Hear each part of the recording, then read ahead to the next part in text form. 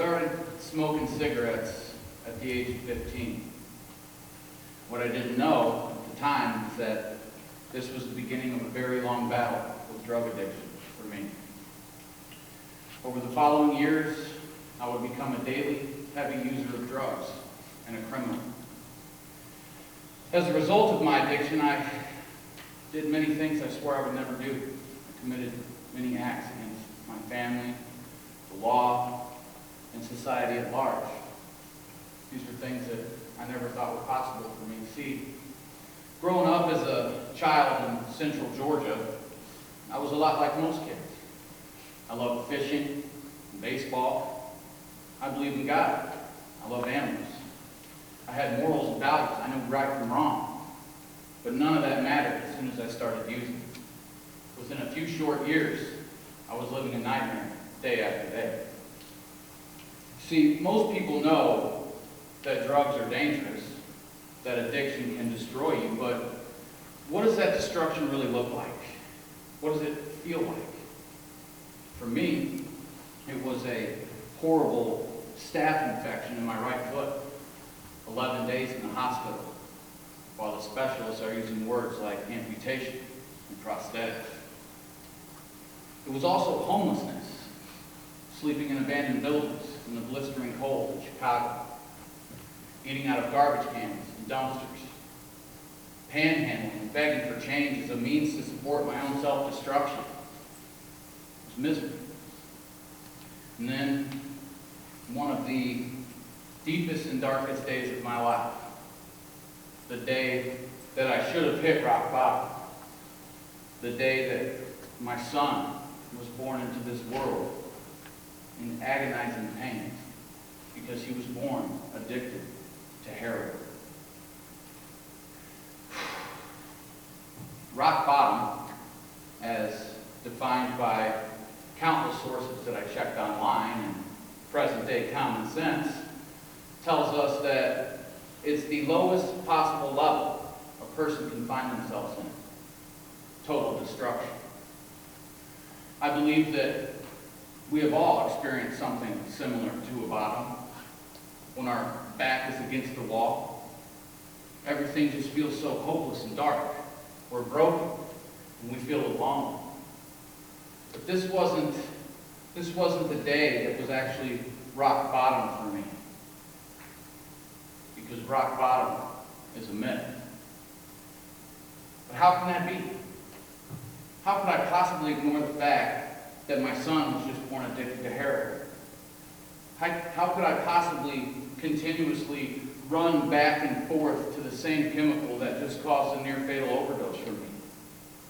Waking up on a stretcher after my third dose of Narcan.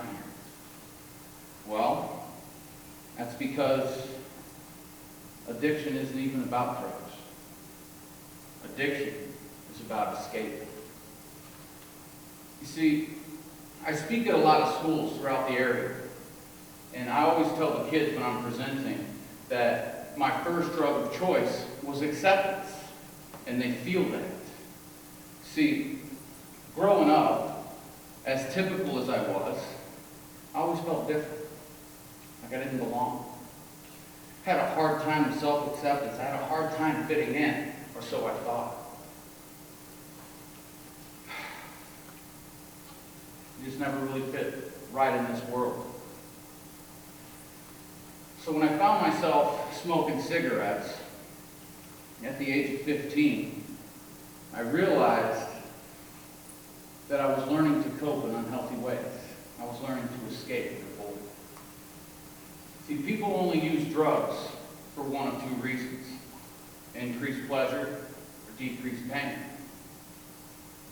So how could I possibly walk out of that hospital after my son was just born addicted and not get clean? Well, because of the pattern that I set for myself at such an early age, the only means that I had to cope with the wreckage that addiction was causing was to turn to the very chemical.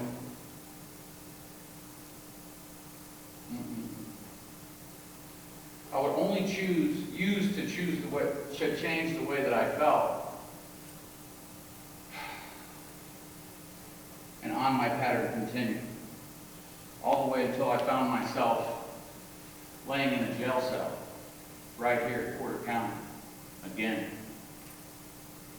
29 years old, facing 30 plus years in prison. My identity had declined right along with my addiction, and anytime I faced the bottom, all it ever did was really reinforce the beliefs that I had about myself. Get arrested, this is what I deserve. Overdose, this is what I deserve. I'm laying in a jail cell right here in Porter County, reflecting on what a miserable existence that I had led up until this point. I made a decision to take my own life. I'm a junkie. This is what I deserve, right? The world will be better off without. And then my intervention came from the most unlikely of places. I was an inmate worker or a trustee, which gave me a little bit of freedom. I would paint and do the maintenance. I busted my butt as a way to pass the time and stay out of my head while I was awaiting sentencing. Well, about 11 months into my stay, I was doing some work. I heard a voice over my shoulder. Hey, Herb, come here. Hey, you've really been busting your butt around here. I appreciate that. Tell you what, I'm going to call your prosecutor and see if we can get you out of here. He's the sheriff of the county. He didn't thank me and shook my hand. And it took me a little bit of time to process exactly what had just happened. But once I did, it had a tremendous impact on me. For the first time in a long time, somebody had just shown me some kindness and grace, some compassion.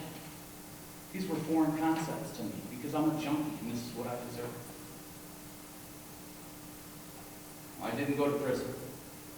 I went from undoubtedly going to prison to court ordered to the respite house right here in Valparaiso, which is a sober living community for men. My name is Herb Stepherson. I'm 33 years old, and I'm proud to say that today I am a recovering heroin addict. I'm also a nationally certified family recovery coach with true interventions in USA addiction and the published author of Junkbox Diaries. But my number one assignment, the thing I'm most grateful for today, is I get to be a frontline worker in the ongoing battles of addiction. Because every year, tens of thousands of people pass away from their battle. Young people, old people, friends. I've lost more friends to prison and overdose than I can count. I lost my own mother to active addiction. So it's always me who's making the call and taking the call, saving my own life. And when a concerned loved one reaches out, looking for hope, looking for answers, looking for guidance and a way to help their loved one who's struggling with addiction, one of the very first things I tell them is that recovery demands exposure. If Timmy had cancer, we would already be looking for the best clinics and the best doctors and holding his hand all the way through his battle. This is no different. We have to understand that addicts are not bad people who need to get good. We are sick people who need to get well.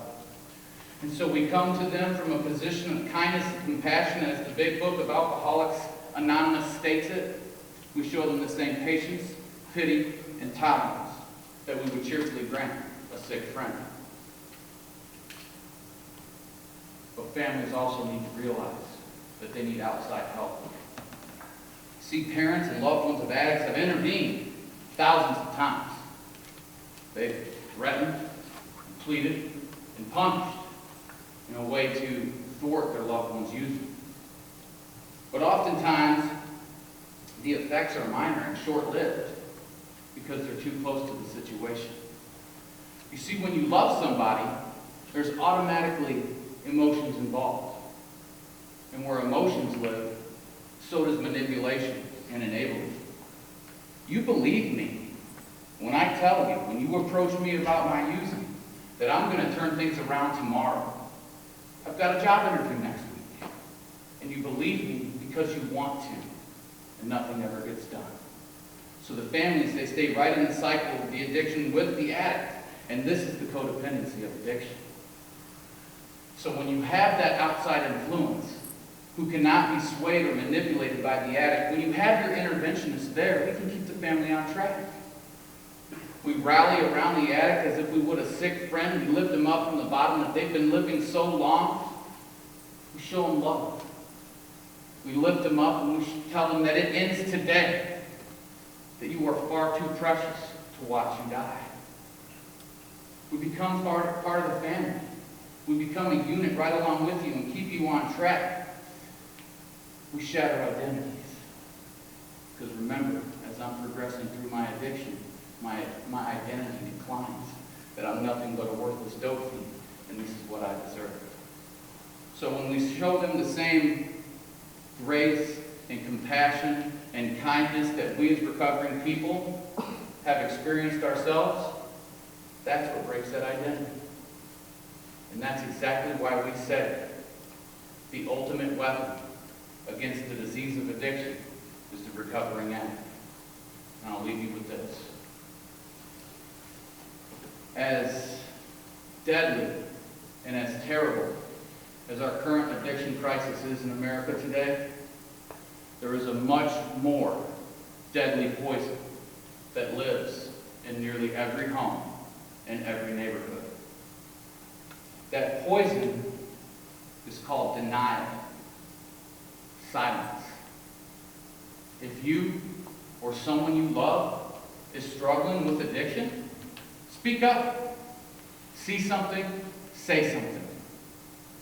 Our mission statement that is written all over our walls and all over our literature in our office at True Interventions in Maryville, Indiana, plainly states, to be not a victim, to be not a perpetrator, but above all else, be not a bystander. My name is Stepherson, and it's an honor to be recovering today.